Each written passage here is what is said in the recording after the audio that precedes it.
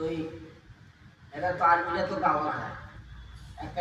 army পুরো থেকে কুঁজে ধরে ধরে গাওয়ার দাওয়ার দিছে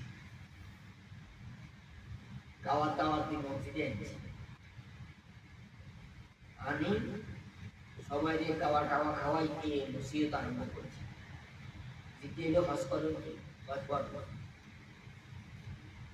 আমরা তো হত্তিবাদ করতে দেয় না আমি তো এলাকার লোকেরা হত্তিবাদ করতে দেয়নি একটা কম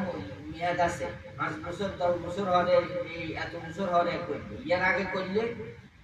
ধরা খাইলে বিপদ আমি মক্কার লোকদের ইয়েলা হত্তি বছর খালি করি বাইরের লোকেরা জামিলা হয় না এই জন্য এদেরকে নির্দিষ্ট সঙ্গ দেয় আর যখন আরে বলতেছে হজ ফরজ নেই